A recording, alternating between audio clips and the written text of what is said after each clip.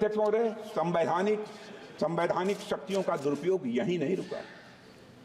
28 अगस्त 1976 को 42वां संविधान संशोधन पेश किया गया था, जिसमें प्रोविजंस थे कि किसी भी कानून की संवैधानिकता केवल 7 न्यायाधीशों द्वारा ही तय की जा सकती है और किसी भी कानून को केवल 2/3 बहुमत से ही रद्द किया जा सकता है।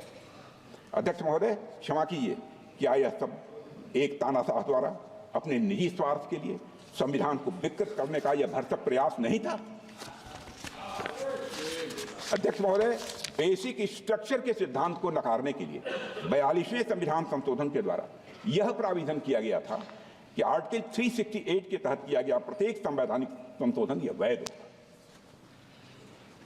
जैसा कि आप जानते हैं कि आर्टिकल 368 के माध्यम से संविधान में संशोधन की व्यवस्था की गई है और संविधान में लोकसभा का कार्यकाल भी बढ़ाकर 6 साल कर दिया गया। अध्यक्ष महोदय, क्या यह पूरे संविधान को एक तानाशाह के उद्देश्यों की पूर्ति का एक माध्यम मात्र बनाने का यह षड्यंत्र नहीं था?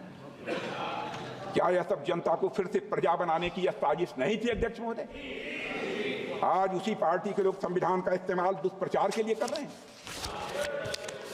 आज उसी पार्टी के लोग जात के आधार पर जनगणना कराना चाहते, कराएं, हमें कोई आपत्ति नहीं, लेकिन मैं जानना चाहता हूं कि देश की जनता की आंखों में धूल झोंक कर राजनीति नहीं की जानी चाहिए।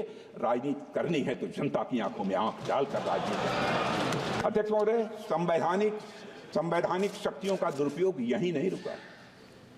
28 अगस्त 1976 को 42वां संविधान संशोधन पेश किया गया था, जिसमें प्रोविजंस थे कि किसी भी कानून की संवैधानिकता केवल 7 न्यायाधीशों द्वारा ही तय की जा सकती है और किसी भी कानून को केवल 2/3 बहुमत से ही रद्द किया जा सकता है। अध्यक्ष महोदय, क्षमा कीजिए, क्या यह सब एक तानाशाह द्वारा अपने निजी स्वार्थ के लिए संविधान को विकृत करने का यह भरसक प्रयास नहीं था? अध्यक्ष महोदय, बेसिक स्ट्रक्चर के सिद्धांत को नकारने के लिए 42वें संविधान संशोधन के द्वारा यह प्राविधान किया गया था कि आर्टिकल 368 के तहत किया गया प्रत्येक संवैधानिक संशोधन यह वैध होगा।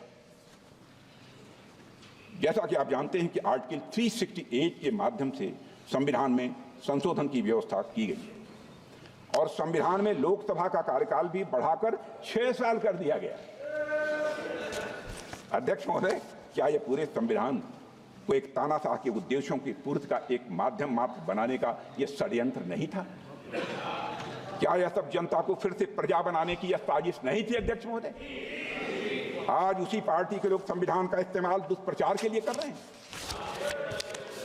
आज उसी पार्टी के लोग जात के आधार पर जनगणना कराना चाहते, कराएं, हमें कोई आपत्ति नहीं, लेकिन मैं जानना चाहता हूं कि देश की जनता की आंखों में धूल झोंक कर राजनीति नहीं की जानी चाहिए।